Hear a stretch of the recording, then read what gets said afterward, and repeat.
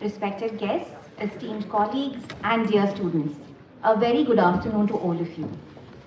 I welcome you all to the second edition of Dr. Manmohan Singh Lecture Series, organized by the Department of Economics, the Seminar Committee, and the Center of Excellence, Sri Guru Gobind Singh College of Commerce.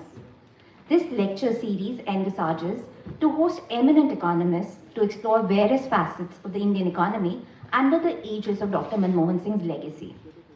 It is with great pride that I again introduce our second edition speaker for the day, Professor Kaushik Basu, Professor of Economics and the Karl Marx Professor of International Studies at Cornell University. He is a non-resident senior fellow, Global Economy and Development, Brookings Institutions, Washington, D.C., and a global chair at the University of Bath. Professor Basu has formerly served as president of the International Economic Association from 2017 to 2021. He was formerly Senior Vice President and Chief Economist of the World Bank from 2012 to 2016, and prior to that, the Chief Economic Advisor to the Indian government from 2009 to 2012.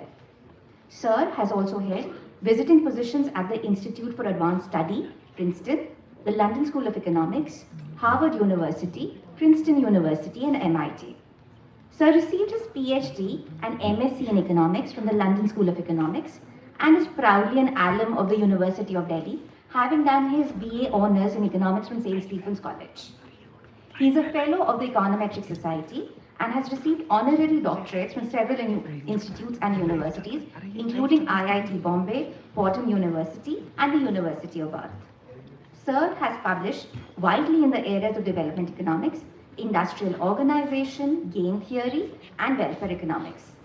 His recently published books include Reason to be Happy, The Unexpected Benefits of Thinking Clearly, Policymakers Journal from New Delhi to Washington, D.C., The Republic of Beliefs, A New Approach to Law and Economics, and An Economist in the Real World, The Art of Policy Making in India.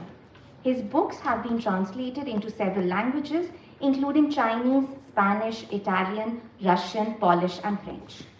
Professor Basu's research spans the theoretical foundations of economics as well as practical policy applications and has shaped global understanding of issues such as labor markets, industrial organization, and the economics of child labor.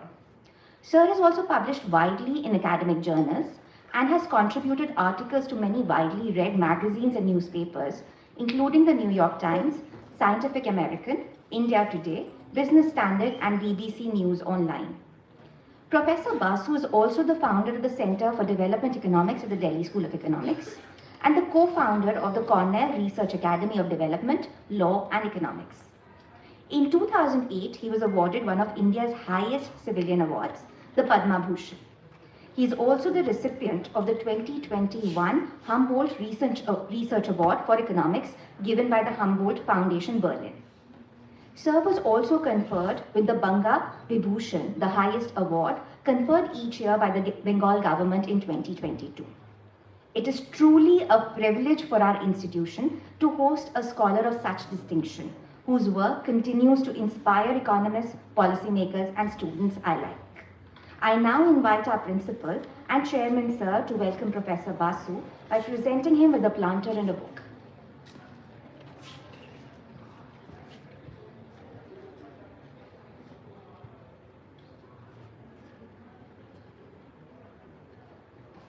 Principal sir, I request you to please felicitate Professor Basu by presenting him with the planter. Chada sir, please welcome sir by presenting him with the book.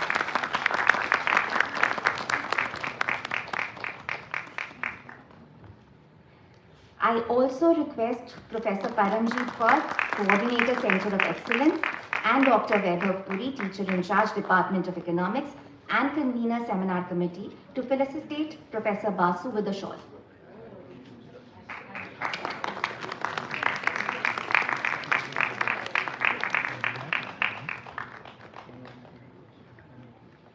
I now request Principal Sir to felicitate Chairman Sir with a plant.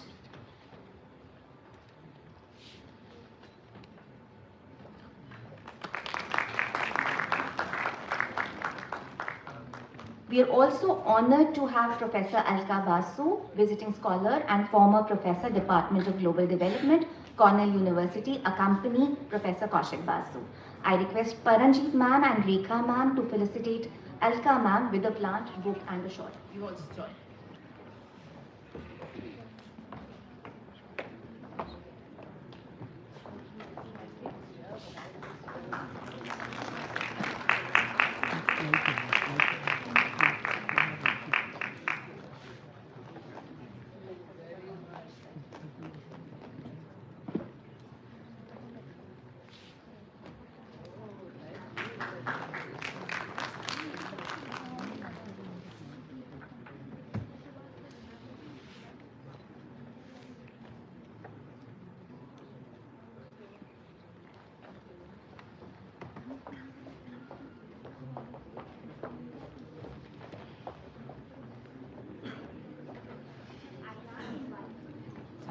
I now invite Principal Sir to deliver the opening remarks for today's session.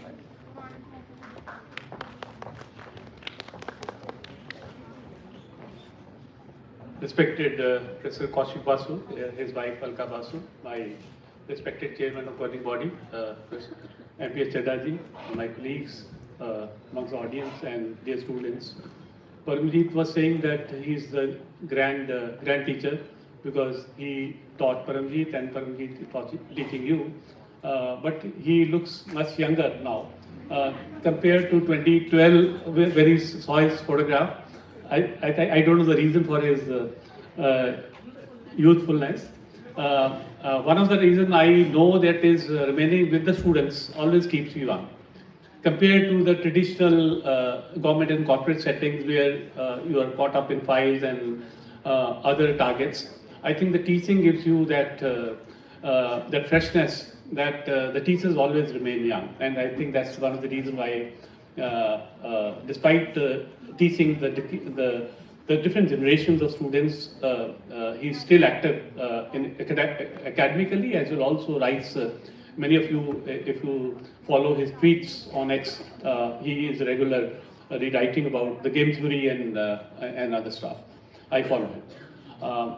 Sir, it's very topical stuff that you're going to talk on.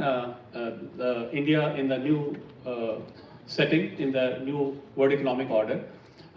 We, as students of economics, we all know that the neoclassical stuff that we all talk about, it talks about that the country should specialize according to the comparative advantage.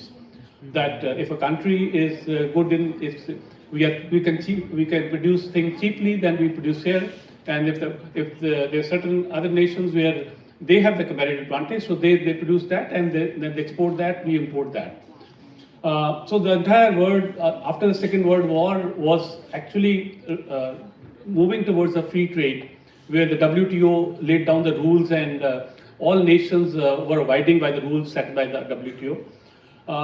And that continued till a few years back. But now we are seeing a different state of world economy. So the rules of the game that were earlier there of the free trade economy, they are now broken. Now all nations are nowadays erecting barriers to their economies, and the nationalism is a buzzword. So in this scenario, when I think this was compounded by Corona in 2020, when many of the supply chains got disrupted, and when they got disrupted, then there was awareness amongst nations as to what we should do, because if let's say United States doesn't have a pharmaceutical sector, so they were importing from China the APIs and other stuff. So then all of a sudden you have a shortage of medicines. So what do we do? So countries, there was awareness as to they should be de-risking their risk, because if you are solely depending on one nation for outsourcing things, then it becomes problematic. So that was a kind of uncertainty that the Corona brought. But after that, the rightist movements in different nations, I think that also compounded the issues. that instead of the free trade, the country started speaking about the inward-looking policies, that we should have the manufacturing, we should be doing the production. So as a result, how the Western economies, especially the United States, they are breaking the rules of the game. So as a result, India, as the biggest nation, the 26% of the world GDP is contributed by the United States. So if the biggest nation erects a barrier, then the other nations will scramble for the space for their economic development. I think this awareness. Recently, India signed treaty with the European Union for the free trade. So there is a reordering of the entire world that is going on. In the past, when the countries relied on exports like South Korea and China for manufacturing, so they depended on that engine of growth for development. But now the rules are very different. India is primarily a service-led economy, and plus with the consumerism, and also the United States is a consumer economy, and they outsourced the capital from elsewhere, so they can finance their consumers at a relatively lower prices. So in this scenario, where India is also now focusing on the domestic manufacturing, also focusing on PLI schemes and many other incentives so that the domestic industries can develop.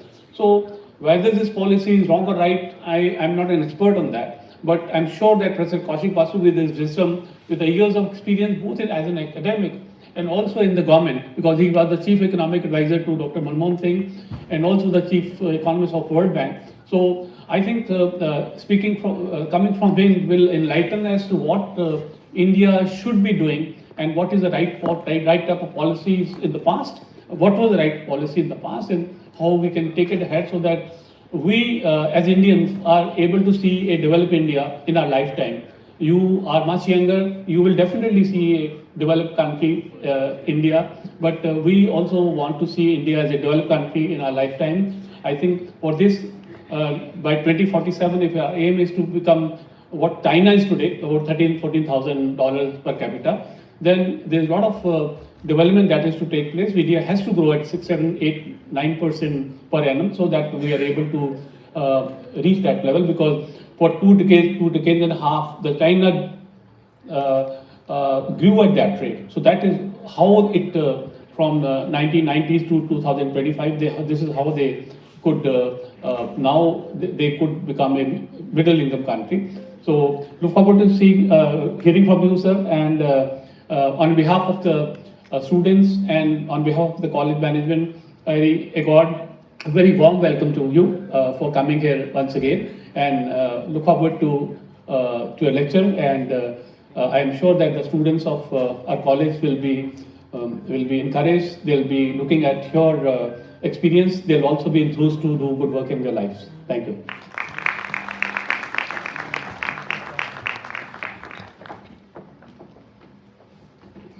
Thank you, sir, for sharing your insights on changing rules of the world and the increasing fervor of nationalism. I now request Chairman, sir, to please share his views on today's session.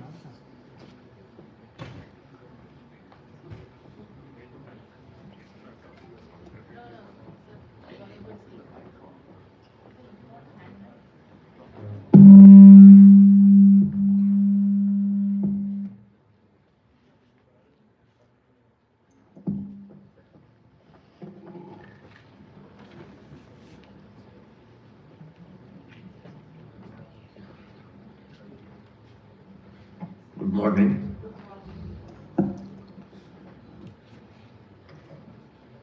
Really, it is very difficult to speak in front of Dr. Basu and Mrs. Basu. Both are highly educated teachers, professors, administrators.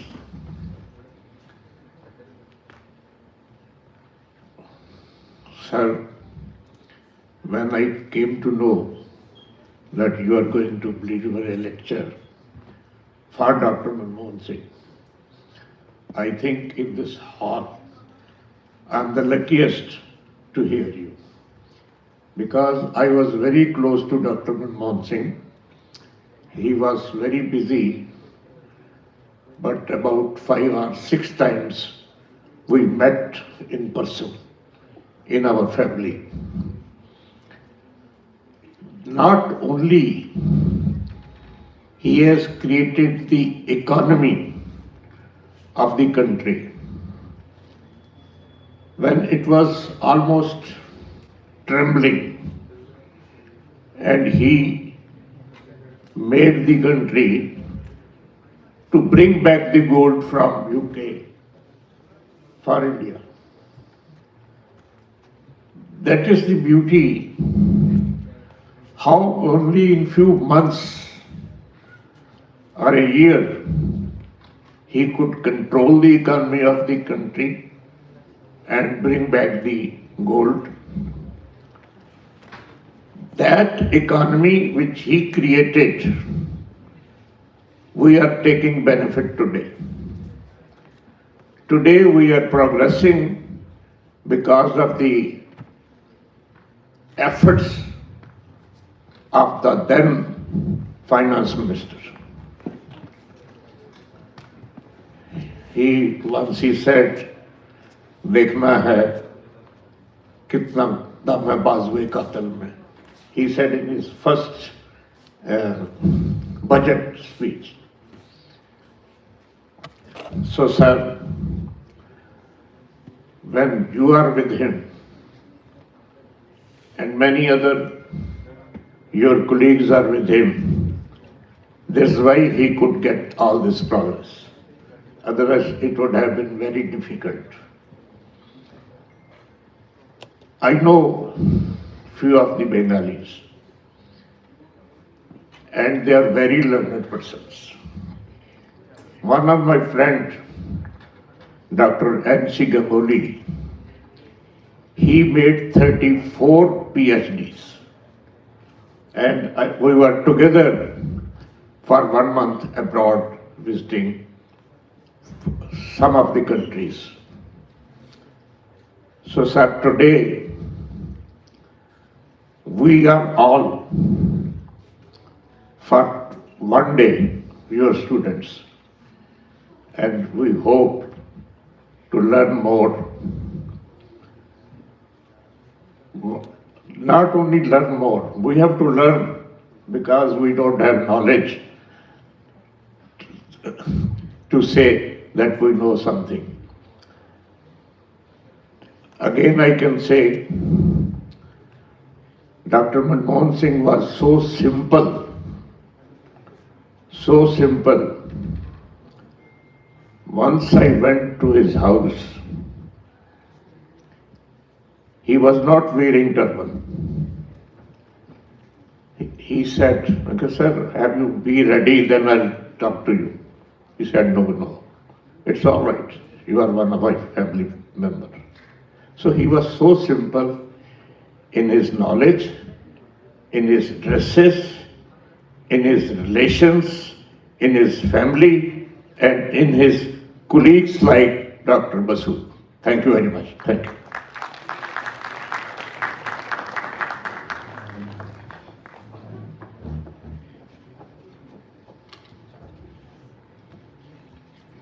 Thank you, sir, for sharing your memories of Dr. Manmohan Singh and acknowledging his legacy. The theme of today's lecture, India in the New World Economy, Lessons from the Past and the Road Ahead, is deeply rooted in the intellectual and policy legacy of Dr. Manmohan Singh. His stewardship of India's economic reforms in the early 1990s fundamentally reshaped the country's engagement with the global economy. Those reforms, grounded in macroeconomic discipline, institutional credibility, and a cautious yet decisive opening to global markets, laid the foundations for India's subsequent growth and its emergence as a significant player in the world economy. They also established a tradition of reform that viewed globalization not as an end in itself, but as a means to strengthen domestic capabilities and expand opportunities.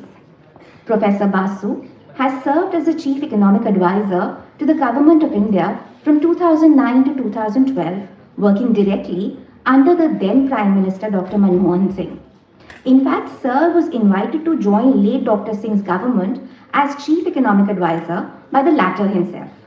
Professor Basu agreed on the condition of assured, regular and direct access to Dr. Manmohan Singh. The promise was duly kept, and Professor Basu met with him about once a month during nearly 3 years in his government for policy discussions. Professor Basu has often said that Dr. Manmohan Singh's innate modesty and personal integrity allowed him to make difficult, unpopular decisions that build the foundation for India's modern economy. India has transitioned from a developing, inward-looking economy into one of the world's fastest-growing major economies, driven by digital infrastructure, structural reforms, and a shift towards manufacturing. India has solidified its position as a major global player, navigating complex geopolitical landscapes with a new playbook that emphasizes economic autonomy, diversified partnerships, and high-tech manufacturing. Today, as India navigates a new global order marked by uncertainty, shifting power structures, and renewed debates on globalization, the need to reflect on where we come from and where we are headed becomes especially pressing. We are therefore privileged to hear from a scholar and policymaker who is uniquely placed to offer insights drawn from both historical understanding and lived policy experience. I now invite Professor Basu to deliver his lecture on India in the New World Economy, Lessons from the Past and the Road Ahead.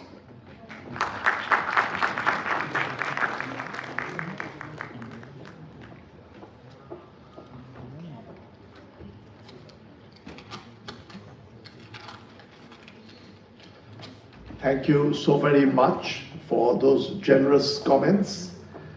Mr. Chairman, the principal, Paramjit, I can't put doctor or professor in front of, yeah.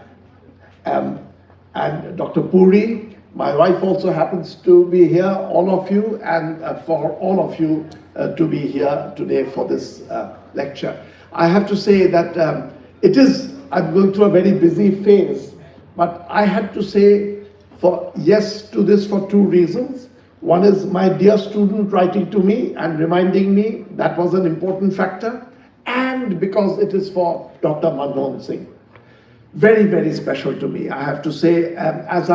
During the period of work, and I will give you some examples of economic problem, there was a chord. I sort of felt something very special during my period of interaction with him, which lives with me, and I think the contribution to India is just huge. And we will recognize gradually how big that contribution is. So thank you very much for the invitation and for giving me the opportunity to speak. You know, the first time I met Dr. Manmohan Singh, once or twice, very brief meetings when he was governor of the Reserve Bank. Some meetings occasionally. I was an academic researcher, hardly knew him. I got to know him a little bit when I was, since it was already mentioned, when at the Delhi School of Economics, the Center for Development Economics was being set up. It was me and Pulin Nayak, my colleague. Two of us thought that Delhi School needs a research infrastructure, computers for PhD students, which it did not have. And we then made a case, at that time to the finance minister, Dr. Manmohan Singh, 1991, that Delhi School needs a center of this kind. He said, actually, I will support it. Higher education, his heart was in higher education, it needs it. We were running round, yes, he said yes, but you need bureaucratic permission, you need a whole lot of things, as you know, in India, to get things done. We were running around, just wasn't happening. That's when I got to know Dr. Singh. I wrote a letter to him saying, Dr. Singh, I know you're the finance minister, very busy, but I have to come and see you to explain, and then you tell me what should I do, because it's just not moving. So he gave me a time, a Ministry of Finance, to go and see him. Finance minister, I went well in time, 20-25 minutes before the time of the meeting. Dr. Singh, who was very punctual, was probably late by 5-10 minutes. So half an hour, I was sitting in the finance minister's waiting room area. And bureaucrats who knew me vaguely as a professor in Delhi school would come peep in and say, "Oh, you're here for what?" And I would say, "I'm waiting to meet the finance minister." That was registering a little bit. So half an hour, I saw lots of senior bureaucrats who peeped in for something and discovered me waiting for the finance minister.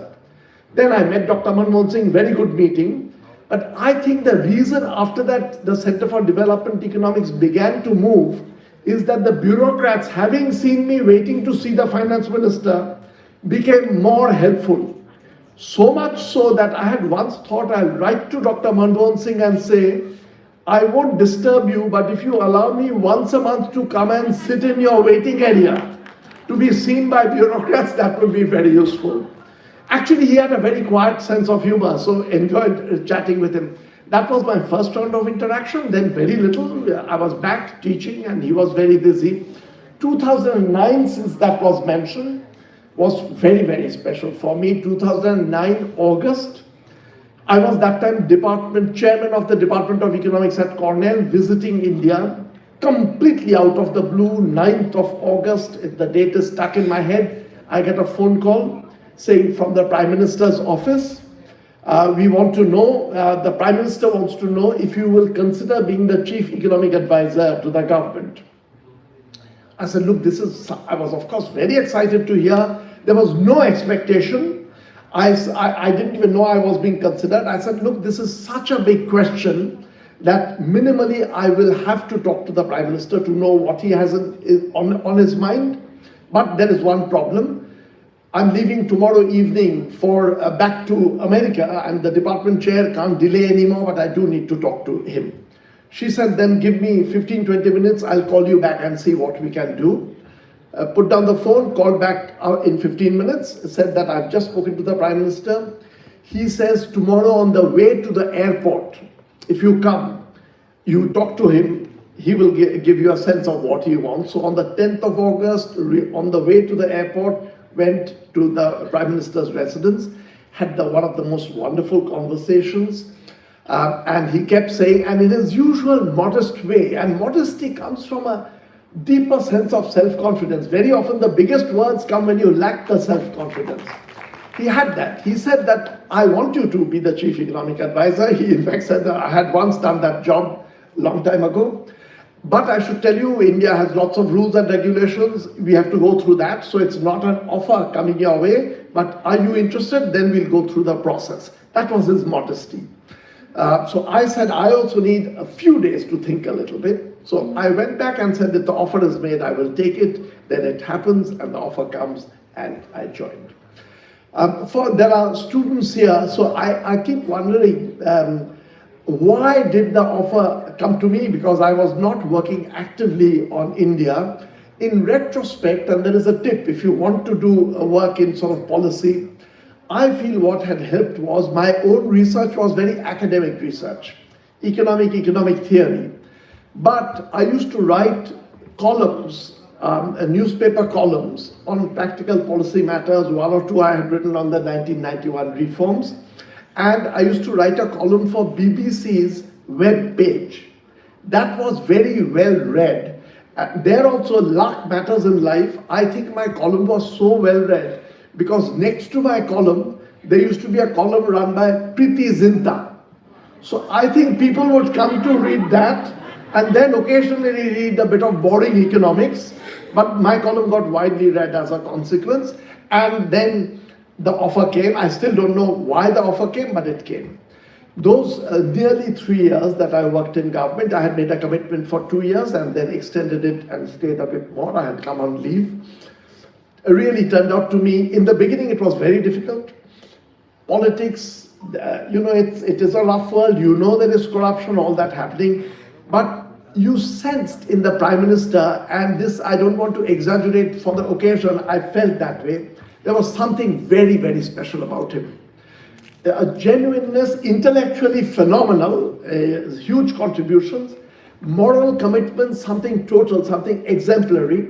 And I feel the contribution that he made to India and laying the foundations right from 1991 are something without which India would not be on the path where we are. We are not yet sure, many things to be done. but he laid down the foundations. And I had conversations with him occasionally when he would tell me as a prime minister to say, you know, Kaushik, running this, you always have to be careful about crony capitalism. You know, for the prime minister to say that, one-on-one discussion that, you know, you have to be complete honesty, integrity, you have to run this, made him a very special human being. I don't think he's appreciated as much as he should, but the time will come when he will. Thank you very much. Let me get in a little bit into policy matters. The world is running through a very, very difficult time, as was pointed out just now in the introductory remarks. The US policy is unpredictable. You don't know, it's not even predictably troublesome because it's unpredictable the way it is going. You don't know how India will react. In India, macroeconomic policy, monetary policy, I think are being done pretty well, but the detailed microeconomic policy, the kind that I have seen, I don't think it's happening at that level. There's an immense amount of talent, so we have to pay attention, and it's in that spirit, how should India engage? I do want to throw some ideas on the table. And we have to remember, as students of economics, economics has become so political now that as soon as you make a criticism saying that we are not doing well enough, it's treated as a political comment. If you can't look at what's going wrong openly and then make the corrections, you can never improve things. I remembered again a conversation during the early days when inflation was very high when I had joined government.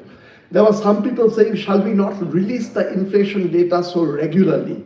And I remember the Prime Minister putting his foot down, saying that it's very unfortunate we have inflation, but we can't not put out the data. We have to take the criticism because we have to work on that. The problem today in the world has lots of long-run drivers. The arrival of digital technology, artificial intelligence is changing the landscape of the labor market. If you take data on upper middle income countries, India is classified as a lower middle income country. If you take upper middle income countries and advanced economies, high income countries by World Bank data, and look at the share of the GDP going to workers over the last 50 years, it's falling at a rate which is extremely worrying. So money is not going into the hands of the workers because the demand for labor is going down. That is causing, I think, beneath a lot of the trouble, that is a factor. Then over the last couple of years, COVID was mentioned, there have been troubles of that kind.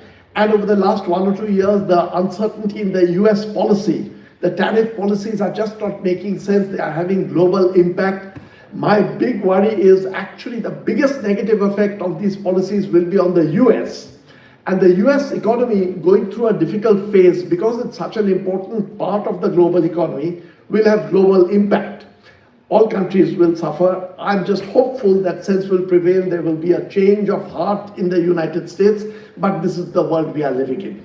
But that's just the short-run problem. The changing technology is changing labor, which could give us very big headaches.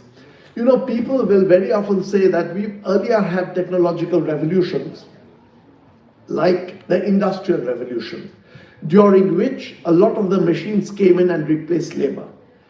But it is true that the demand for labor did not go down. Ultimately, it increased. Different kind of labor was demanded. That could happen again, but it is foolish to feel certain about the future.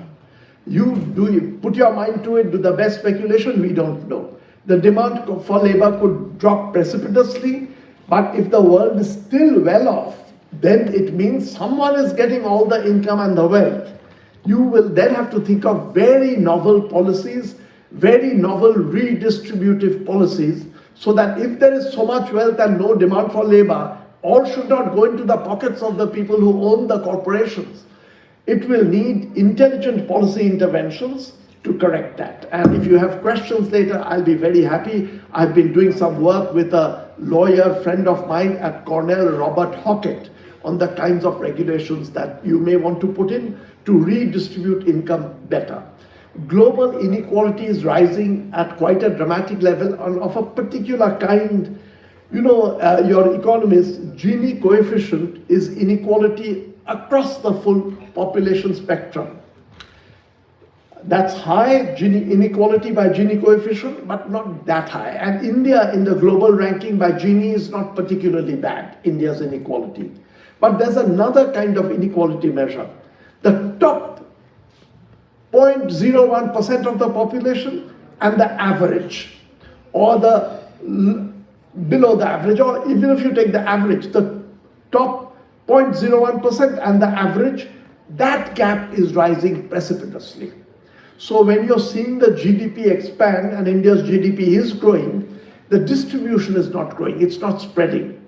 And that's happening in several countries in the world. It's happening in the United States. I think it's a big worry and it needs a lot of policy thought. There are among other changes I will point out that is causing trouble. And since you all are economists, again, I want to give you an example. You know, the supply chain method of production now, whereby to produce one product, a car, to produce an automobile, the final assembly may take place in India, China, United States, Germany, anywhere. But little parts have been produced all over the world. So the tires made somewhere, the gearbox made somewhere, the chips made somewhere, and it's through this supply chain that the automobile is appearing. Put on your economist hat and think how this is changing the nature of economic analysis. In the olden days, all of you will be familiar, oligopoly theory is the standard theory we used. There's something called the Cournot equilibrium that used to be talked about. The Cournot equilibrium is if there are 100 firms producing cars, what will be the price of cars and what will the market look like? And think for a moment, if there are 100 firms producing full cars, like in the olden days, if one firm closes down, production will drop, 100% of the production will drop, prices will go up. But now think of a supply chain industry, 100 firms producing cars, but one firm is producing all the gearboxes, one firm all the chips, one firm all the wheels. Make it a bit extreme, one firm producing all these 100 firms. If one of them stops, it's not going to be 1 out of 100 stopping, but the whole industry will come to a halt. This is causing a lot of global political problem as well, because economics is becoming an instrument of political warfare. You can threaten that, look, I'm going to stop one part of the car and bring the whole global industry down. What will you do? So I believe that we are entering a domain where one of the biggest forms of warfare is going to be economic warfare, and countries are beginning to take up positions as to how do we analyze what kind of a position we take on this. And it's with these kinds of things that I want to get into India's specific policy challenges. Actually, one more reminder I must tell you, since it was also mentioned, the rise of hyper-nationalism. I don't think it's good for any country. We live in an interconnected world, and all human beings, really cutting across race, religion, gender, we have common origins. We come from the same place. Over here, the heightened nationalism that we are special, every country doing, I think, is becoming very, very damaging. And here Manmohan Singh comes to mind, because Dr. Manmohan Singh giving a lecture in Oxford in 2009 or 10, I'm forgetting, but I know that lecture very well. Made beautiful statements that you have to, of course, the world is built around nation states, you have to organize around that, but we have to keep up a global vision of humanity. And he quoted Rabindranath Tagore, a beautiful passage of Tagore he quoted in Oxford, about our larger commitment to the world, and that is going down, that is causing fragmentation all over the world. We have to keep that in mind. Let me get a little bit into policy, economics, that's what you will expect from me. Which is worrying me now in India is the detail. So much of time is going in pure politics that detailed policy discussions, which are so important, we are not giving time enough. And you know, economics is one of those strange subjects where part of the discipline is intuition and common sense. An intelligent politician can do it. But parts of it is almost like engineering skills. You need detailed mind to be applied for good policy to work. Because it's such a mixture, political leaders at times make the mistake of thinking it's all intuition and gut feeling and you can run an economy efficiently. One of the greatest assets of Dr. Manmohan Singh as Prime Minister was he appreciated these fine-tuning. So let me jump into two examples from his time 1991, when I was nowhere in the policy scene, but then I'll come into the period when I was working with him. You know, India's big reforms happened from 1991 to 1993. And I feel they were transformative reforms. I want to give you one example of one reform where if you look at the graph, you will see what a good, intelligent economic policy, a simple bit of engineering skill can be transformative. Foreign exchange reserves. India's foreign exchange reserves used to be roughly $5 billion with the government of India from, if you go back to 1950, certainly 1960 to come to 1991, $5 billion is India's foreign exchange reserves. It goes up by 2 billion, you feel very happy. Drops by 2 billion, you panic that if the government runs short of foreign exchange, how do we buy goods? It used to hover there. Because foreign exchange was short, India had very strict rules that you can't take foreign exchange out of the country. But if you apply your mind to it, 1991 was the reform which changed this. Many things happened in 1991, but I'm going to talk about one of these policies which had a direct impact. You know, if Indians were earning already foreign exchange, they were earning foreign exchange in, there were workers who were had money in the Middle East, they were working all over, they could remit money, but they were not remitting money enough. One reason is if you have to put your mind to it a little bit.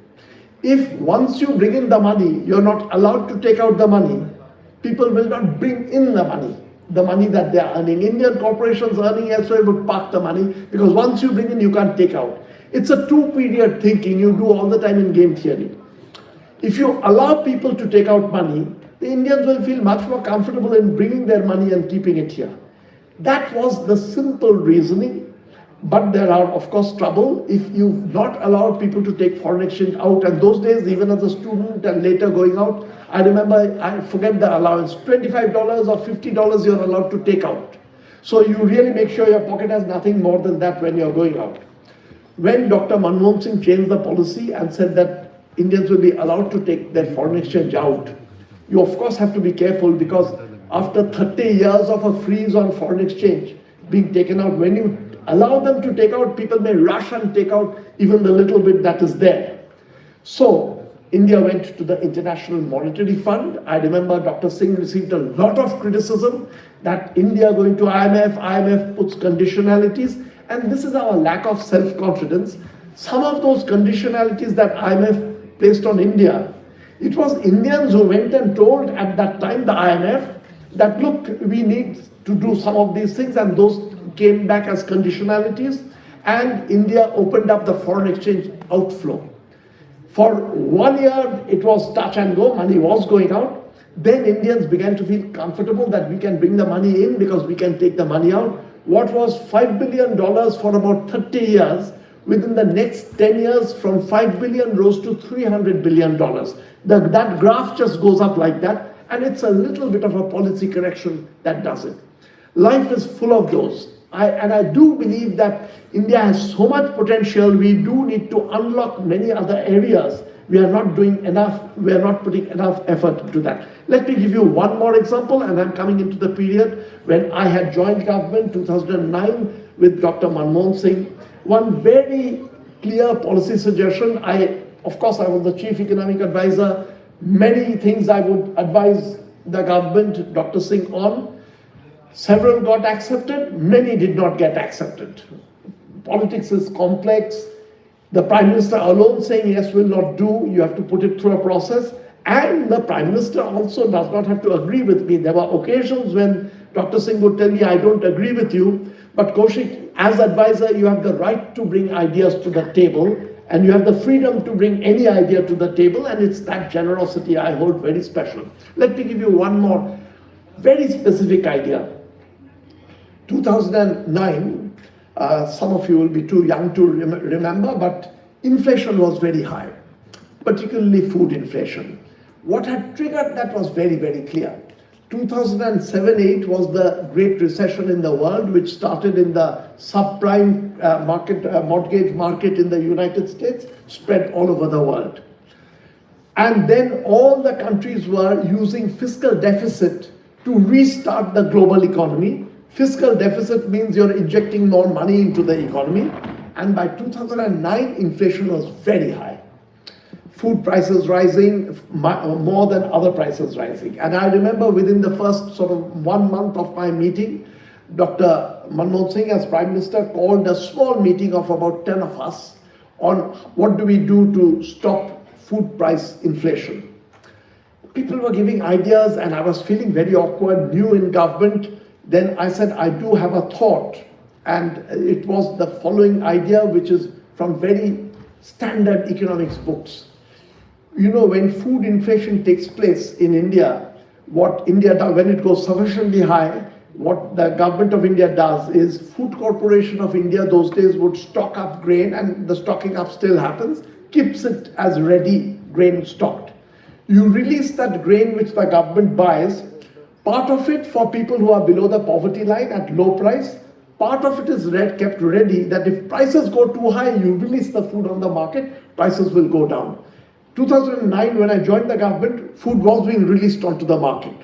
But the method by which the food was being released is, you take 1,000 metric ton, have an auction, some trader picks it up, another 1,000 metric tons, have an auction, another trader picks it up, two traders, 2,000 metric tons, and they are told, you've bought the food from the government, sell it as you wish and make profit. They go and sell. But if you sell it to two traders, 2,000 metric tons, you created a duopoly. Duopoly prices are higher than if you had given it to 200 traders and sold it on the market small amounts.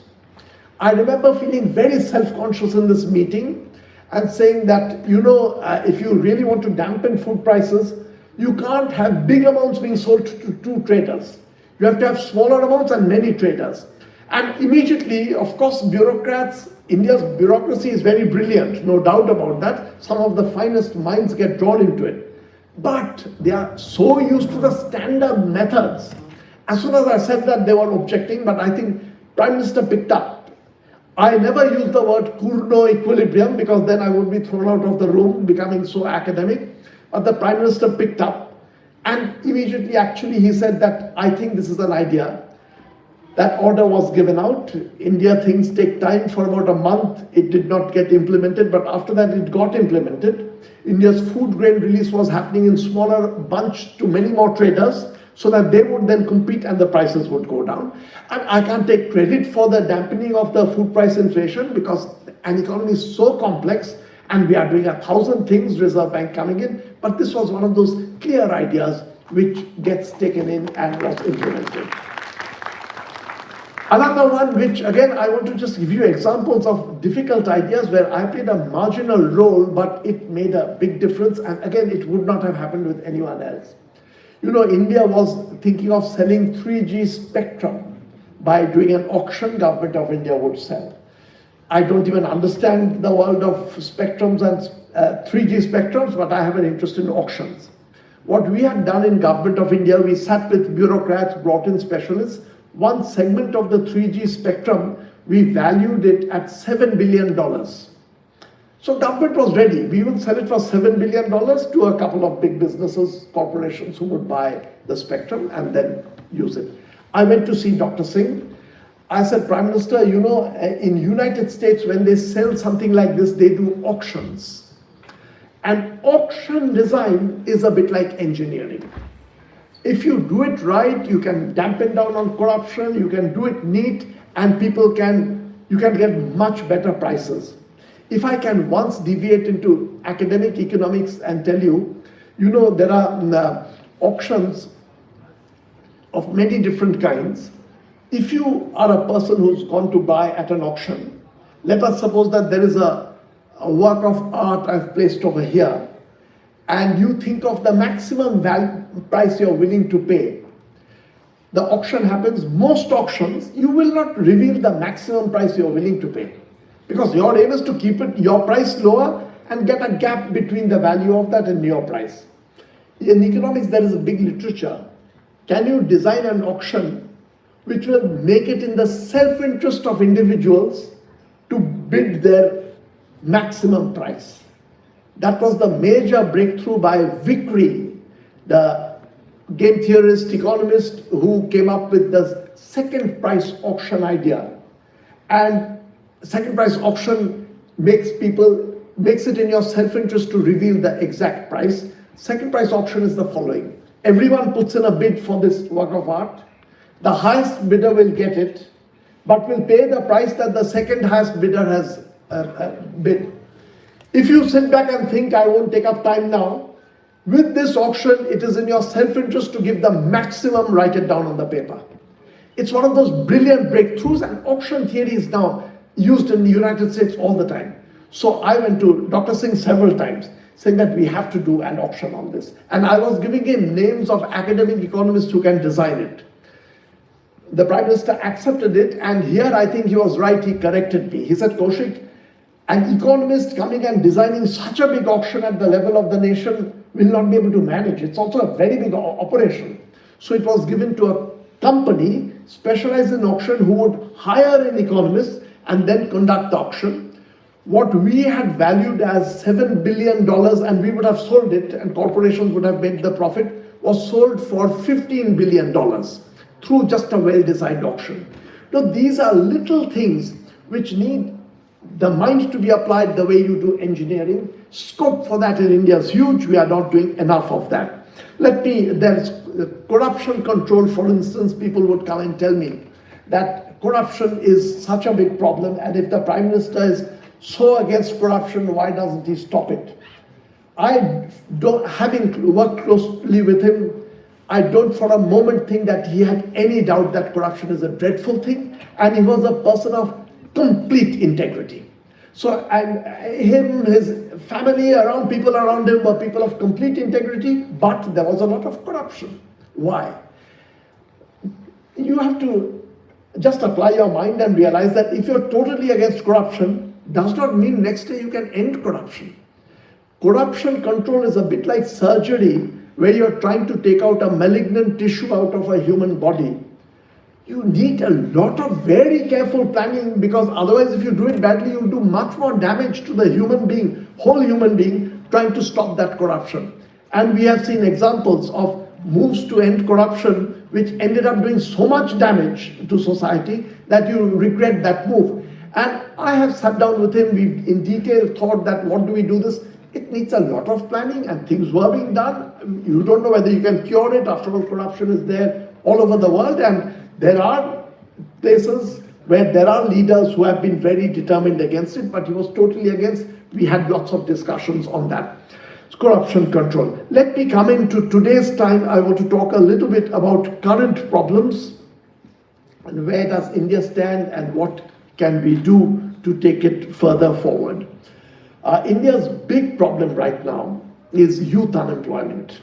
Overall unemployment is not that high, but youth unemployment is disproportionately high, and India is not the only country. It's very high in China. There's a whole lot of, very high in Indonesia, Malaysia, whole lot of Asian countries, it's high.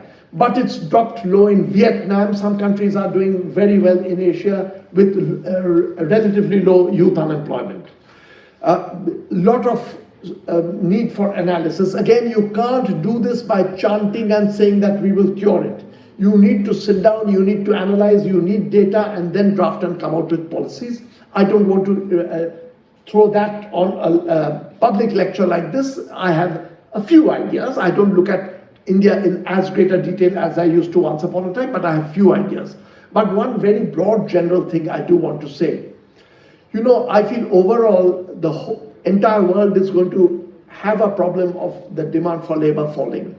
When that happens, you will need radical policies to shift some of the income from the few people who own all the corporations to the larger masses. You have to do it intelligently. You can't damage enterprise, but there will be need for that. However, for emerging economies like India, another 10, 15 years, there is scope for using our labor, which is much cheaper than elsewhere in the world.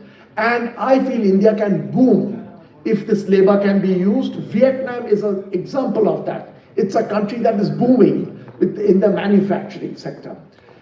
10, 15 years before labor encroaches on the technology encroaches on cheap labor, we have it.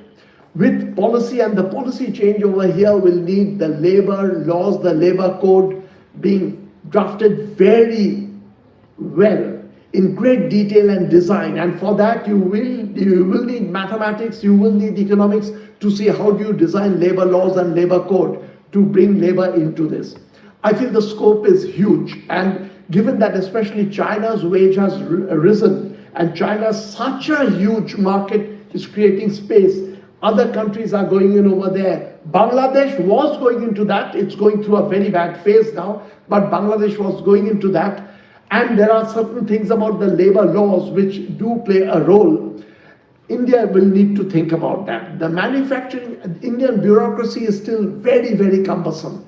We need a lot of effort to cut that down. The GST has to be cut that down. If we can do this, I believe that India's manufacturing sector can get into a boom for 10, 15 years before it becomes a global crisis, because technology is coming in everywhere. But 10, 15 years of very, very rapid growth is entirely possible for us. But for that, we have to take 1 or 2 minutes away from thinking of politics to thinking of economic policy for the nation, which we are not doing enough of. Let me just speak of the two sectors where I think the future of the global economy is going to be very big, where, again, this is a longer term plan. India needs to strategize and place itself to take advantage of that. Health and education. But let me start with education. Education and higher education, as technology keeps encroaching on regular labor, creative education is the area where we will have to concentrate, and ultimately that may go, AI can come and take it over, but that's the direction to go. China is today investing in massively in higher education.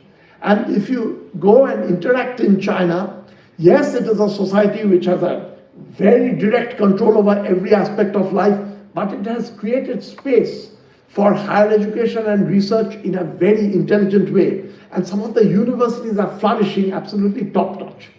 India's great achievement was, and this again, Dr. Manmohan Singh, this was a lecture where, I'm now forgetting, it was probably in Cambridge, he talks about India's early investment in higher education, which was really quite remarkable. If you think of the IITs, the top universities, a little later the IIMs coming in, it was at a global level. India was providing education, and as I used to say when I worked at the Delhi School of Economics for many years, when you went to international conferences in Europe and America or wherever, Americans would feel very much at home at international conferences. Europeans would feel. In the developing world, only India, I think the higher education was such good quality, you would feel completely at home in these settings because you knew you were studying the same stuff as well versed. India's higher educational investment was huge. It is coming down a little bit, especially in global ranking. We have to be very, very careful about that. There was one failing, you have to admit, in early Indian education. While India was spectacular in the higher education investment, basic literacy was very poor. So it had created a dualism in India into the 1990s. India's basic literacy rate was very low. That was indeed a failure of the early decades of India, and there is correction now taking place. But we can't afford to give up the higher educational advantage. And my own belief is India can become a hub for higher education because that also gives you soft power. If you think of some of the world's greatest economic powers historically, we usually look at their arms, weaponry, and airplanes and submarines. What we forget is some of the biggest flourishing of nations took place when the universities were flourishing. Britain, at its peak, of course, had a lot of military power, but it was also a global hub of education, everyone pouring into England for studies. United States takes over, and the US becomes a hub of education with people pouring in over there. India has the scope for that. And the English language, whether one likes it or not, there is a practical need for it. In fact, China is switching some universities to English, not for the love of the language, but a realization that if you want to be in the global space in a big way, you have to learn that. Learn your mother tongue. For me, Bengali is very much a part of me. I love the literature and the writing, but English is a working language which you want to teach the children so that they can go out into the world and interact. And if India can become a global hub for education, where people are coming from all over the world to study and going back, some staying on, going back, that can give India a huge soft power in the world. And China already in medicine and other fields is creating that space where people are coming in and going out. There's need for that. The other sector is health. Health, I feel, is going to be GDP growth. People are speculating, can GDP continue to grow as rapidly as it has grown over the last 200 years, or certainly 150 years? The global GDP was growing roughly at 3% per annum, which is much higher than what was happening before the Industrial Revolution. Before the Industrial Revolution, it used to be roughly 0.3% per annum would be the global growth. After Industrial Revolution, initially it was 2.1%, then it steadied at around 3% was the global growth. Can it continue to grow like that even faster, or will the environment be damaged? I believe actually the world can continue to grow that fast. What you have to remember as an economist, which others don't realize, rapid growth does not mean more cars, more houses, more aeroplanes. Better health is a part of growth, because GDP is anything that you value is GDP. Better education, literature, music being taken in, all that is a part of GDP. Anything that enriches you and values you is a part of GDP as defined by Simon Kuznets. Once you have that kind of redefined growth, I feel the world will continue to grow faster, or hopefully, who knows what will happen in the future. But the two sectors that will keep growing is education, especially higher education, new forms, and health, which will become dramatic improvement. Once again, India can become a global hub over there, needs investment. These are all things for the future, needs a lot of planning and thought. This won't happen automatically, and we must not make the mistake of thinking that just think of good words, good ideas, and it will happen. These things need a lot of detailed planning, and one of the things that I instinctively felt, and during my 3 years in Government of India, it reinforced me, was two things. One is you do need the best minds and design, and also the moral compass. Having a moral compass in the head, some values, which for a politician to carry that through the political years is very, very difficult. But I think for Dr. Manmohan Singh, it was an unflinching commitment to the moral compass.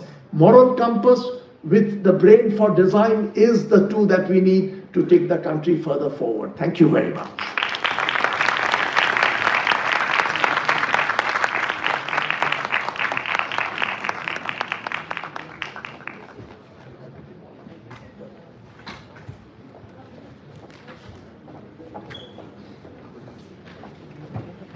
Thank you, sir, for sharing your insights with the rightful emphasis on policy discussions and fine-tuning through the examples of auction trading and controlling food price inflation. You also rightfully highlighted the two important core areas that need attention for India to solidify its position as a global leader. These areas are, of course, health and education. I now open the House for a brief question and answer session.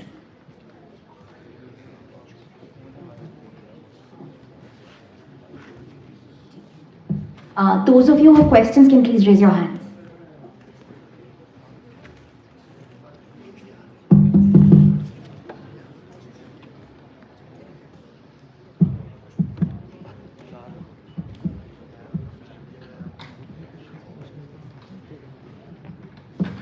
Thank you very much.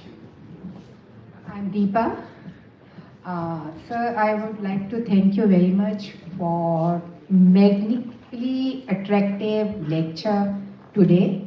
Though it was different topic, policy, which I attended your lectures in D school, microeconomics. But same magnetic attraction is there, that was there in 84-86 batch.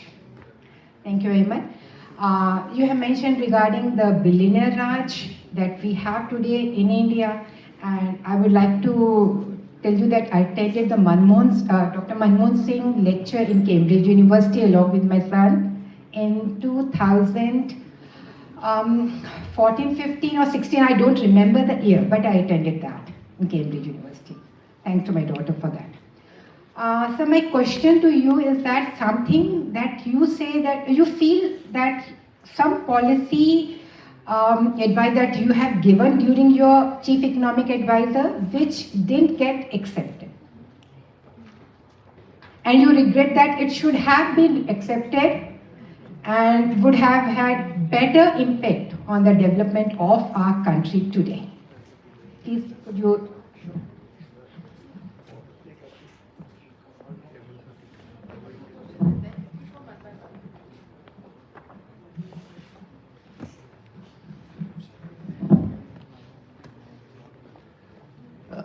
Deepa, thank you very much. Brings back, seeing my students, brings back memories of my Delhi School of Economics days. So, you know, immediate policies, you wanted examples of policies, suggestions that did not get taken. There are several I can pick on, but let me give you one which became quite controversial. And even now, you have to think very hard because it's a very difficult policy involving some economic analysis. This is one form of corruption control, which had created a lot of problem when I came up with the idea. Bribery, the problem of bribery and what you do. As we do know, that bribery is a problem. I have been in other countries where bribery takes even more deadly forms than India, but in India that problem is there. What you do about bribery is something that when I went into government, I started thinking, because after I joined government, it's true, I would be in a government car. I was never being asked for a bribe by the police at any crossing, nothing, because I was in a government car, they could see. And I could see bureaucrats who have been in that position for a long time, they forget what ordinary people have to put up with. That was there on my mind, how do you control bribery? India's method of controlling bribery is because of a law called the Prevention of Corruption Act 1988, which says that in the event of a bribe, the bribe giver and the bribe taker are both equally punishable. Now think of certain forms of bribe which I called harassment bribe, where I've done nothing wrong, but a person comes and asks me for a bribe. That can be big and small. I have done my income tax all correct and the person can see it, but then the person says that unless you give me some money, I won't clear it. That's a harassment bribe, I'm being harassed. Occasionally you'll get that on the roadside. I made a suggestion which I posted on the government's website saying that, you know, currently bribery is so widespread because the police person who comes and asks you for a bribe or the bureaucrat who asks you for a bribe, when you're asked for a bribe, you are very angry. I'm being asked for a bribe, but once you pay the bribe, you and the police will together keep that information hidden because under the Indian law, both of you will be punished. So it struck me that if you rewrite the law and say that if a police or a bureaucrat takes bribe from you, the law is asymmetric. The bribe taker will be punished, the giver will not be punished. My reasoning was very simple game theory. Once you change the law like this, if you give a bribe, after giving the bribe, you will not collude with the police to keep that secret. You will get up and say, I've given a bribe. You may even take a picture of you giving a bribe if you know that you are free. And the police, knowing that you will not hide that fact, will be less likely to take a bribe. That was an idea I posted. It caused furor. People, it sounds very wrong, letting one side go. And here I had conversations with Dr. Manmohan Singh. He said that, Kaushik, I don't agree with you. And I tried to persuade him. He said, no, I've read, this doesn't go with me. I said, Prime Minister, anyway, it's a Prime Minister, so I stopped. I said, but then it's going beyond. So it was never implemented. But I remember at that point, one thing that he told me, which again is stuck with me. He said, though I disagree with you, your job is to bring ideas to the table. So even if it causes me discomfort and people criticize me, you should place ideas on the table. That again is stuck on me, but this was never accepted.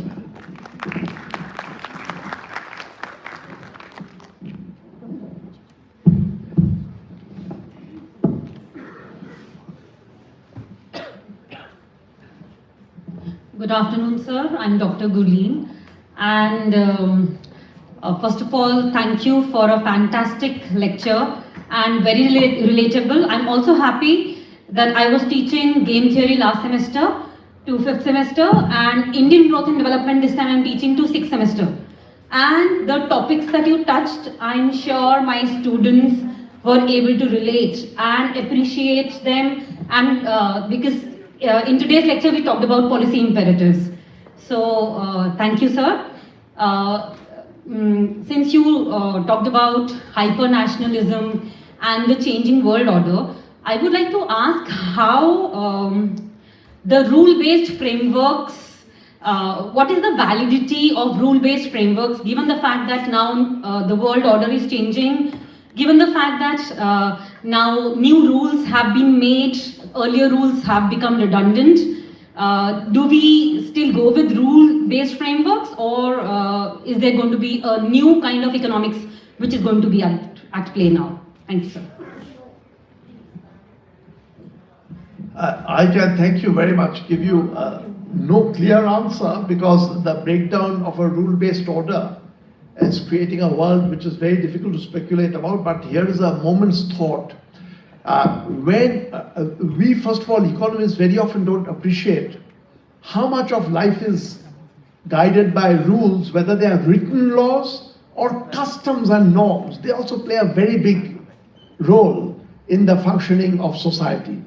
But when rules break down, what happens is typically, suppose that in a country there is no rule about which side of the road you drive on, but after some time, since this is a self-enforcing thing, if everyone drives on the left, it is in your self-interest to drive on the left.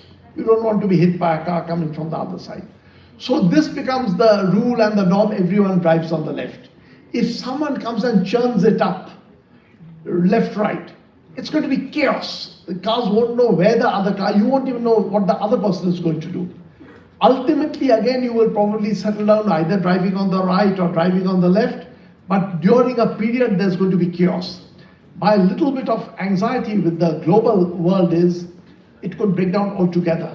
The rule-based, norms-based functioning, you know, at one level, big countries always had the power to go into a small country and bully and do anything. But that was also virtually a global norm, that yes, dreadful things are done occasionally, but you don't do it openly, outrageously. That's beginning to break down. One is like driving on the left, breaking down. You can have chaos which can be so massive that we cannot also, as academics, you have to be clear-headed. The dinosaur ultimately did go down. And human beings also, we could create such a chaotic world that survival becomes impossible. We have to put our minds to then understand what the rules have done and then fight and struggle and try to bring back a set of rules which keeps the world going. But we are entering a very, very difficult phase. And this is a time when, as researchers, all we can do is put our minds to it and say, if the rules are breaking down, how do we again recreate the rule? Because rules are extremely important for the running of a society. Hello, प्रणाम sir, मैं मीनाक्षी हूँ। मेरा अर्थशास्त्र की ABCD से कोई वास्ता नहीं है, लेकिन मेरा एक क्वेश्चन जो मेरे मन में आ रहा है वो ये है कि जो आपने कहा वो क्योंकि विषय से बहुत जुड़ा हुआ था और मैम ने भी जो क्वेश्चन पूछा वो अर्थशास्त्र की थ्योरी से पूरा जुड़ा हुआ था, लेकिन मैं एक आम आदमी हूँ जिसने केवल अखबारों में सुना है कि GDP की ग्रोथ हमारी इतनी हो गई है, अब हम बहुत तरक्की पे हैं, लेकिन हम जब अपनी जीवन शैली को देखते हैं उसमें वो ग्रोथ नहीं दिखाई देती। कागजों में दिखने वाली ग्रोथ और रियल ग्रोथ, क्या दोनों में सच में अंतर है? क्या जब हम देखते हैं कि GDP अच्छी है, अब हम आगे बढ़ रहे हैं, क्या वास्तव में आगे बढ़ रहे हैं या कागजों में आगे बढ़ रहे हैं? केवल ये छोटा सा मेरे दिमाग में क्वेश्चन है। Thank you very, very much. बहुत अच्छा सवाल. If I reply in Hindi, you won't follow. So let me explain. It's one thing. Yes, बताइए. Also, I want to share with you. हाँ. आपने कहा कि आपको बंगाली से प्यार है, मुझे भी पंजाबी से प्यार हो गया जब मैं कॉलेज में आई और हिंदी से तो मैं पहले ही प्यार करती हूँ। करेक्ट, यही तो बात है कि We have our own cultural likings, but we are all common human beings. We have the biggest sharing is we are common human beings. So people come from different cultures, from Africa, from other places, but we have to appreciate that. And today also, you are not asking about that. So many divides, religious divides, etc. we are creating. We have to appreciate that it is a common world we share and we have to do it together. Let me come to your question about the GDP के बारे में आप जो सोचा, जो पूछा. It's a very valid question, and right now I should tell you, I'm co-chairing United Nations का एक नया committee बना, which is called Beyond GDP. The Secretary General has set this up, and I'm right now working on that. This is exactly the question you're asking. Ki GDP grows, but a whole lot of people don't feel that. But we are so hooked on GDP, that's the thing that you have to grow, that countries are playing the GDP game without even thinking what it is doing to human welfare. Isliye, the United Nations is concerned that maybe we need to change the GDP parameter.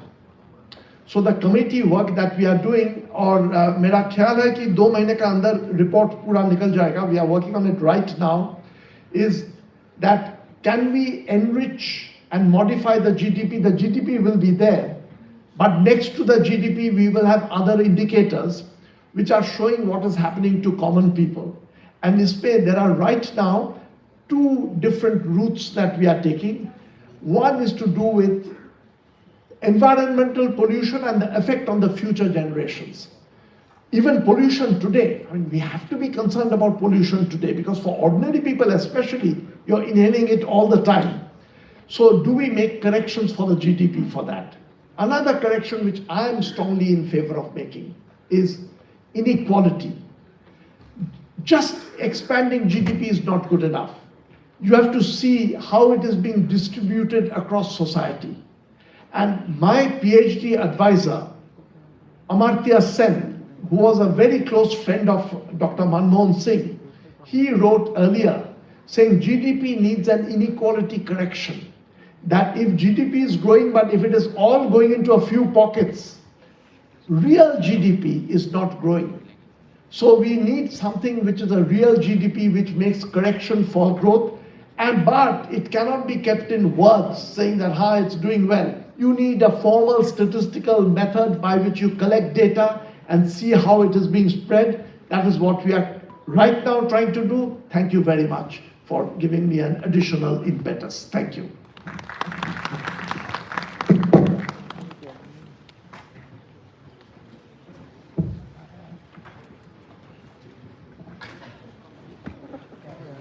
Thank you for the lecture, sir. So, around 2 weeks ago, I read an article which stood out to me. It was basically explaining how India and ASEAN countries trade deal which happened in 2009. So that trade agreement which caused actually wasn't much favor to us. It was more exploitative in nature, cause due to imports were rising and exports wasn't catching up with it, and lots of regulatory and rerouting issues. So, so the major question of mine was that the current trade agreements which our country is doing with various countries like EU and calling it mother of all trade deals. So what do you think is structurally different before and after that will actually make these trade deals favor in us? So that is the major question for myself. Thank you. I have to say I'm not in a position to give any detailed comment on the current deal that is being talked about, but trade deals can be good and bad. And when you're striking a deal, both sides are trying to get the most out of it. So unless you do the design very, very carefully, you can sign on to a deal where the other side gets all the benefit and you don't get any. You have to be aware of that. But that to me is, I don't know the details of the current deal.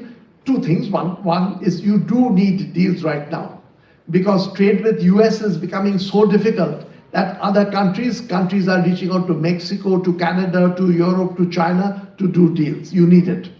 But again, this is where the kinds of mistake that takes place. What I was stressing, a deal is again a scientific exercise. You need to bring the best minds, think of the future, how will things go, and before you sign on the dotted line. For most politicians, you sign a deal, you hold it up and flag it and say, we've signed a deal. That's where you have to be careful. I'm not in a position to comment on the current deal, only because I don't know enough, but deals have huge potential benefit, but done wrong, of course, it can backfire. Thank you.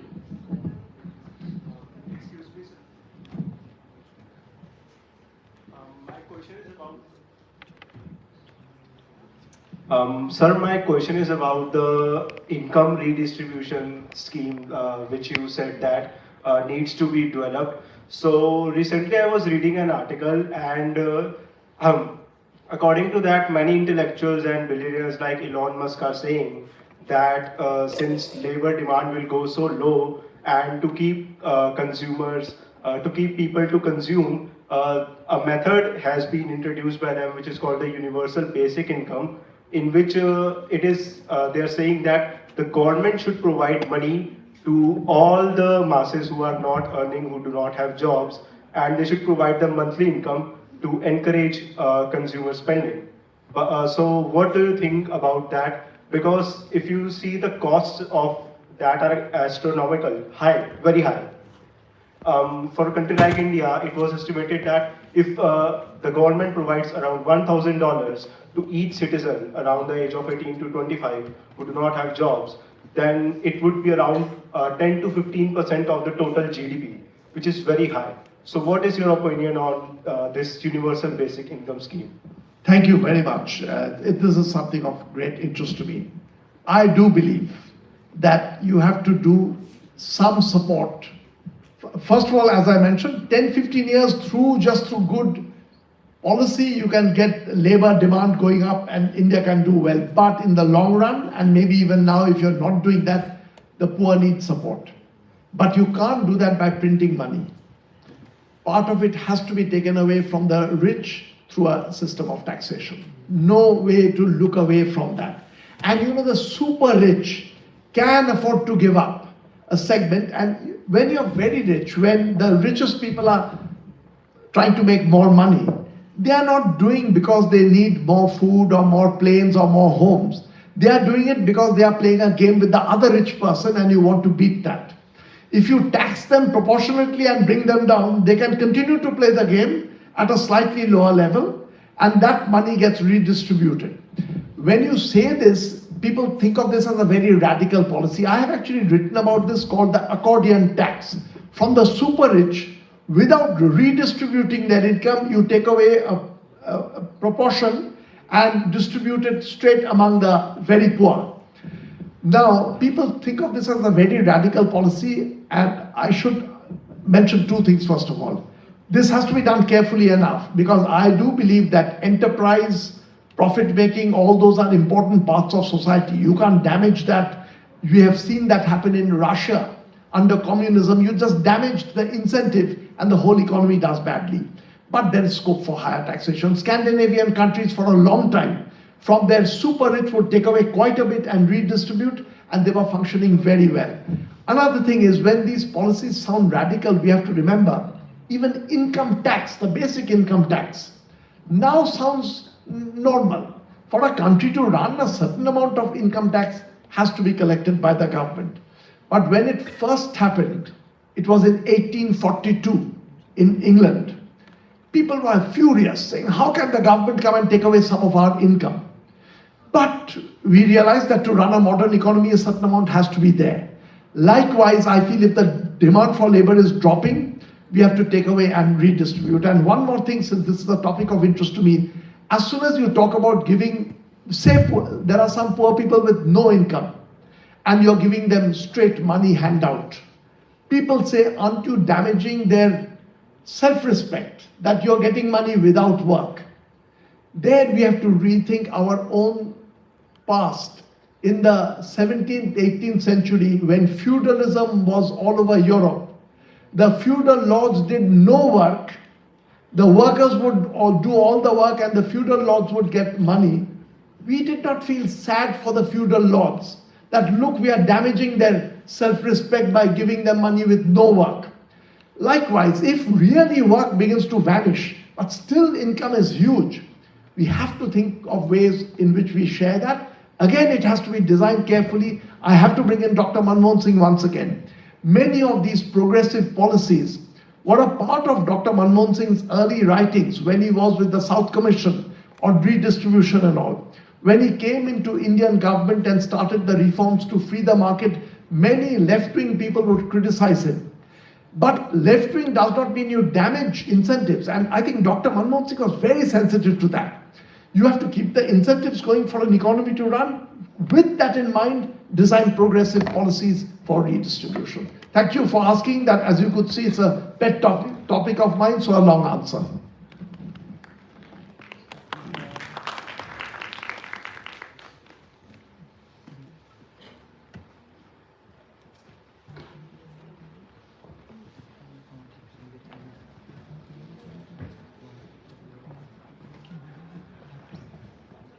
Good afternoon, sir. So my question is a bit long, so I'll start.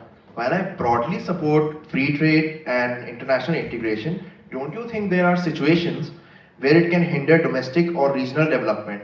For instance, in Western Bihar, there is high demand for budget-friendly garments which are currently being manufactured by major manufacturing hubs such as Indonesia, mainly Indonesian goods are supplied there. Would it not make economic sense for the government to encourage garment manufacturing in Western Bihar itself, thereby generating employment and regional development? More broadly, comparative advantage which we talk about on the international level, can't it be meaningfully applied within a country to treat states as their own entities and as their own economic units, rather than states competing against each other in their comparative advantages? So they would leverage their own specialities.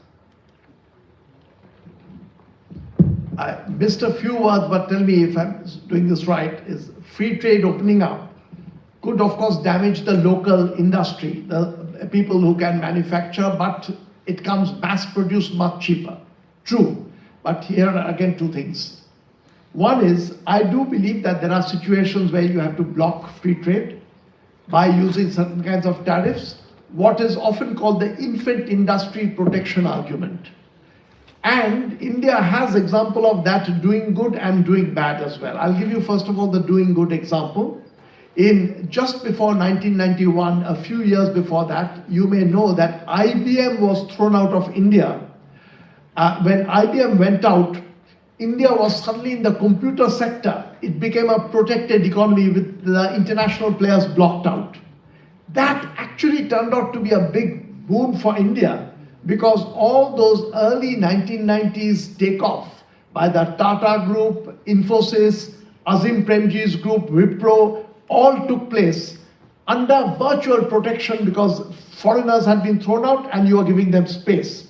So that can play a role in a country booming. But if you protect and protect for too long, you can also begin to do damage. India is again a good example of that. The automobile industry took off in India very early because it was protected. Basically the Ambassador car and one or two others, Fiat and others. In the beginning, India took off earlier than others. But if you keep it protected, the quality begins to drop. The global competitiveness goes. In the end, other countries took off on the automobile sector more because India had overprotected it. So it's not that you have complete free trade. You have to have periods of protection. Again, you have to have determination as to you keep it for a short period, open up, the details matter. Thank you.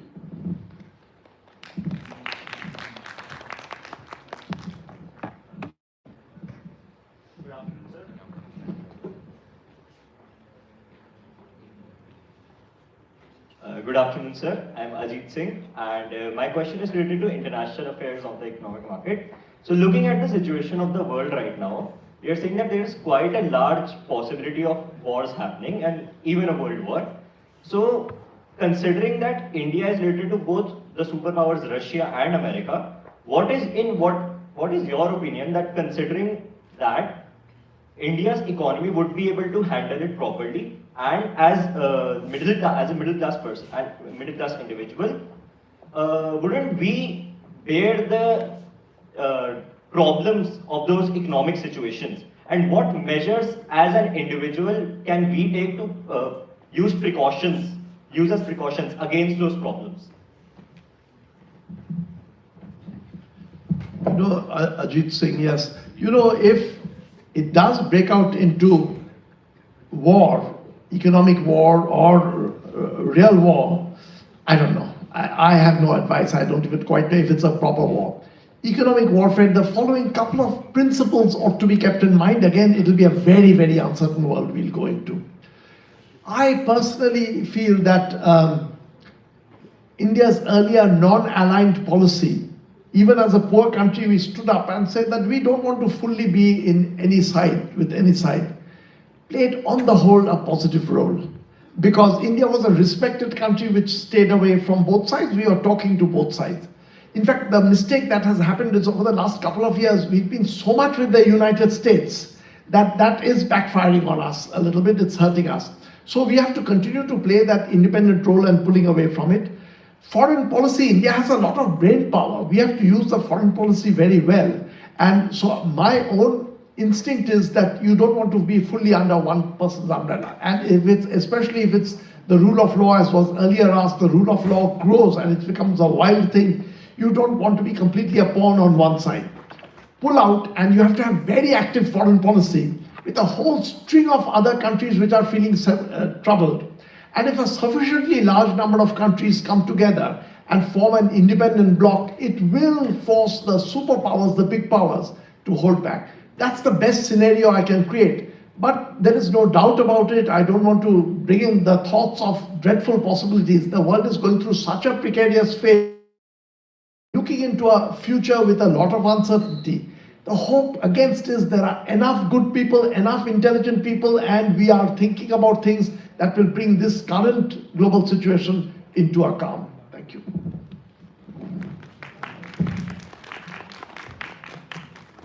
Good afternoon, Professor Basu, Madam Basu, and everyone on the dais. I have two observations and one question. I hope you permit me to go ahead.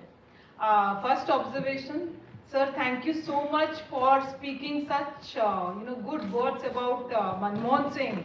I think the present young generation, the people whom we deal every day, they're not much aware about what Manmohan Singh has done. And we being core fans of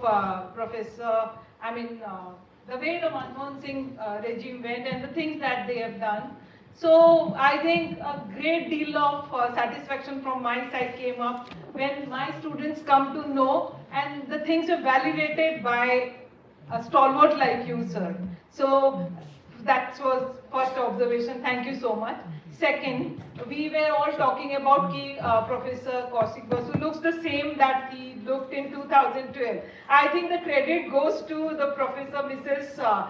Basu that side. When you have economics and sociology together, I think the magic comes, right? So this was the two observations, and now comes to the practical part. My question. So now that since you have talked the volume about the world being, passing through a very precarious, turbulent phase, rather, Trump turbulence, right? So, sir, what is the future of this institution like WTO, World Trade Organization? No one is respecting, you don't have any rules, already question has been asked, no rules are being followed. So what's the future of this World Trade Organization? That's the question. I don't know, but I will emphasize, thank you very much also for the first two observations, especially the one about Dr. Manmohan Singh, and as you can see, and I once again want to say, there are individuals whom you read in history and you appreciate, but I saw him at close quarters, and I think there will be a time when the appreciation is going to be huge. Come back to this, the WTO.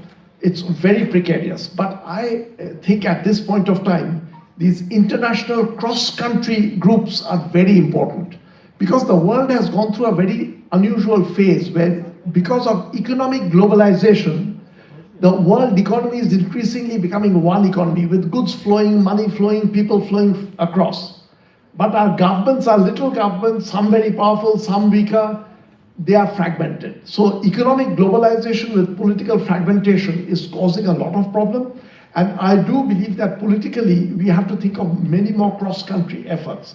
So things like the WTO, you will have to strengthen it. International Criminal Court, so that if one country violates international laws in an open way. There should be an international body that can hold the leader responsible. But these are not easy.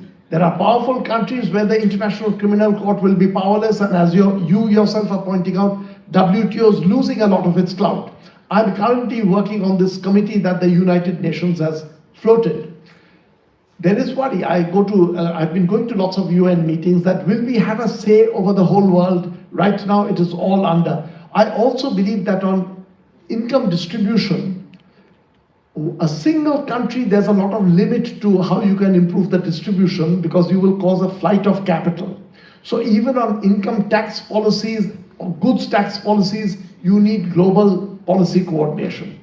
So there is a cloud over WTO, over the International Criminal Court, over the United Nations. But if we are not able to tackle that cloud, it's going to spread into a much more dreadful world. So this is a time for a lot of international collaboration and organization and talk. Thank you. Good day, sir. I know there's a paucity of time, so I'll take just a few seconds. I'll take very little time. Sir, first of all, you have transported me back to 1981 when I was just a 20-year-old attending your classes with a copy of Laird and Walters in hand. And today, on the verge of retirement, I just have one observation. The lecture was equally mesmerizing at that time. Same is there, I think Deepa also said the same thing. I had a query about redistribution of income, but it has already been amply answered. But thank you so much, sir, for your very, very insightful lecture and taking me back to my roots.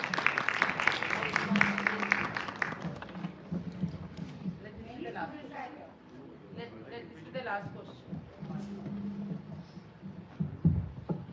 Thank you so much for your lecture, sir, first of all. And sir, you talked about labor laws being a solution for youth unemployment, which I believe you are talking about liberal labor laws, since you gave the example of Vietnam. And with that, you also give the advice of investing in higher education. From what I can imagine, the world both of these things paint is of a huge supply of highly skilled youth and low quality employment for them, because the liberal labor laws, as they remain replaceable both by a large supply of these skilled labor and AI. Thus, wouldn't promotion of entrepreneurship be a comparatively better solution, which I believe India is currently pursuing? What's the last thing you said? Promotion of entrepreneurship being a better solution than liberal labor laws. You need both, and thank you very much for the previous comment. And I should just tell you, since you mentioned Richard Laird and Walters's book, Laird must be about 20 years older than me. I had no contact with him. Last week he wrote an email to me, so it was wonderful for me to be reminded. Yeah. Let me get back to what you just, the question you asked. Entrepreneurship is extremely important. You need training, and a lot of the best training around the world is happening so that there is entrepreneurship. But labor also.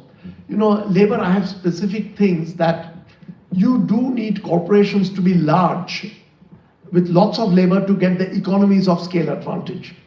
India has certain regulations, even after the new labor code, those things are there, that for large firms, the regulatory checks become so heavy that small players don't want to expand to becoming larger than having 300 workers.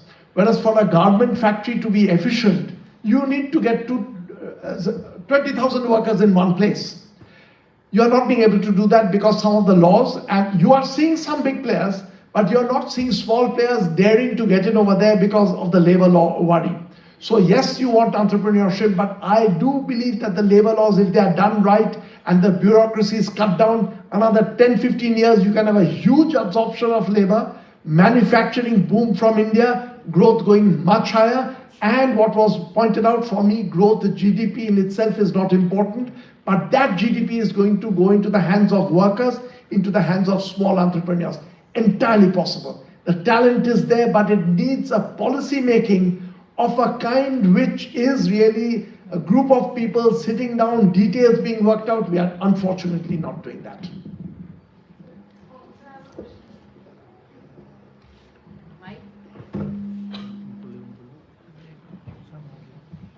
So good afternoon to everyone. And sir, I must say, I'm the librarian of this college. And I must say, sir, it is me, for the first time I'm able to attend your lecture, and it is such a great honor. So you talked about creative education, that we should have a creative education to, help our GDP go on a higher side. So, sir, you worked in various institutions and various roles you have played. So, what do you think that information system, how the information system should work so that it will help in having a great role, in playing a great role in providing a creative education in the country? So, if you have some insights about it from your experience, so I would love to know. On this, I am at a stage where, in fact, my own training in information technology and all is so minimal, not able to suggest what that education should be. But I do know that there are countries, especially China, is putting in a huge amount of effort on cutting edge education, where you will be up on top with computing, creating new methods. India had a head start on that. We must not give up. But since you asked this question, I can tell you one form of education, which is not directly what you're asking, I think is needed, and there is a business possibility there. For people who are above the age of 65 or 70 like me, learning basic things in computer and information technology, I feel if the way people go to Kerala for 2 months of summertime massage and yoga, if there's an education by young people, 2 months you come and live in a village, basic computer technology is taught to older people, there's a business idea over there. Lots of people will come. Thank you, sir. Thank you so much. Now we put the question answer round to close. As the teacher in charge of Department of Economics and convener of seminar committee and a member of the Center of Excellence, I have this great opportunity and privilege to present the vote of thanks. I guess this is the cost and peril of being a student of economics, that when you have such a luminary sitting on the stage and speaking, it is always too less. And given his experience that he carries, ye dil mange more, sir. But given the time and space that we have, we thank you for your gracious presence. You began your lecture by sharing the vivid memories and the experiences that you had of working with Dr. Manmohan Singh. Your lecture could not be any less offering to his contribution that he has made and the legacy that he has left for our economy and even the global countries to follow. You began by sharing how there are these troubles that we have faced, and it is necessary for us to actually reflect upon what we dealt with in the past. And you talked about certain critical areas such as education, health, and the employment that India should actually focus on. So your lecture truly justified the topic that you gave us. We can't be thankful enough for you for gracing our college. I remember Professor Paramjeet Kaur being very persuasive, and she kept on incessantly sharing that we want to have Professor Kaushik Basu here. We tried working it out last year, but due to certain issues, we could not hold the lecture. But thank you so much, sir. I also thank Professor Alka for being patient here with us, patiently here with us. I remember when she was coming up, she said that I'm here to just accompany my husband. Ma'am, next time we want both of you to be here, but you to take the dais, and sir to say that I'm here for my wife. Thank you so much. I thank sincerely our chairman, Sardar MPS Chaddaji, for being here with us. So thank you so much. I also thank our principal, sir, Professor Jatinder Singh, for his support for this event. Thanking all the staff members present in the audience and the students who have been patient enough. With this, I close the event. Thank you so much. I request all the members, faculty members of the organizing team to join for a photograph on the stage. Thank you.